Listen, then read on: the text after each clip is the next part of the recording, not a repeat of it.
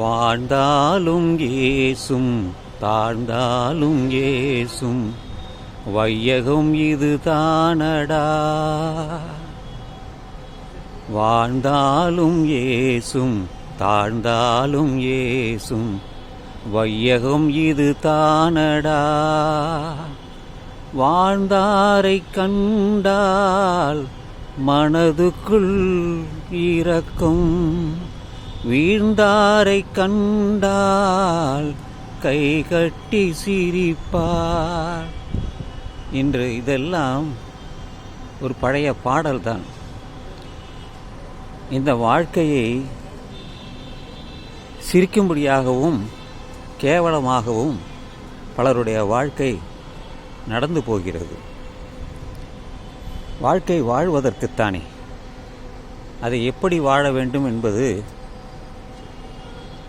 நாம் வாழ்ந்து பார்த்தால்தான் தெரியும். நீந்து என்று சொல்லி நீ தரையில் நீந்த முடியாது. குளத்திலோ அல்லது குட்டையிலோ அல்லது ஆற்றிலோ அல்லது கடலிலோ தான் நீ நீந்த கற்றுக்கொள்ள முடியும். ஆனால் மீனுக்கு யாரும் அது கற்றுத்தருவதில்லை. அது இயல்பாகவே அது மீன் நீந்துகிறது. தவளை நீந்துமா? அதுவும் நீந்தும். தத்தி தத்தி கூட அது பாய்ந்து போகும்.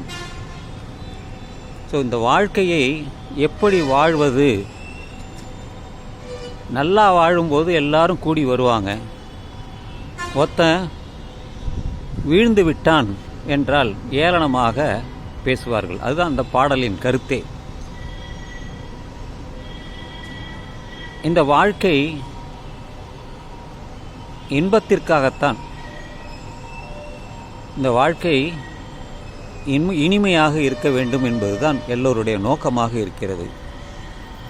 கஷ்டப்பட்டாவது வாழ்க்கையில் முன்னேறணும், நல்லா படிக்கணும் அப்படின்னு தான் பல பேர் இருக்காங்க. அது உண்மையும் கூட. ஆனால் சிலருக்கு நொடிந்து போகிறார்கள். கடன் வாங்கி நொடிந்து போகிறார்கள். எல்லாவற்றையும் சூதாட்டத்தினால் இழந்து விடுகிறார்கள். பெண் மீது ஒரு பற்றுதல், பெண் பாவம் ஆண் பாவம் என்று சொல்வார்களே, அதுபோல பெண் பித்து, பணத்தின் மீது பித்து, ஆசை. 3 ஆசைகள் இருக்கும்: மண்ணாசை, பொன்னாசை, பெண்ணாசை. இதெல்லாம் அழிவு தான். அழிவுக்கான ஒரு பாதை தான். ஆனால் நல்லவர்கள் என்றுமே நிலைத்து நிற்பார்கள். நல்லவன் வாழ்வான். அவன் நல்லவனாக இருப்பதுக்கு பல சோதனைகள் வரும். நம்மெல்லாம் பார்க்குறோமா, மகாபாரதம், இந்த புராணங்கள், இதிகாசங்கள், இதெல்லாம் சோதனைகள் வரும்.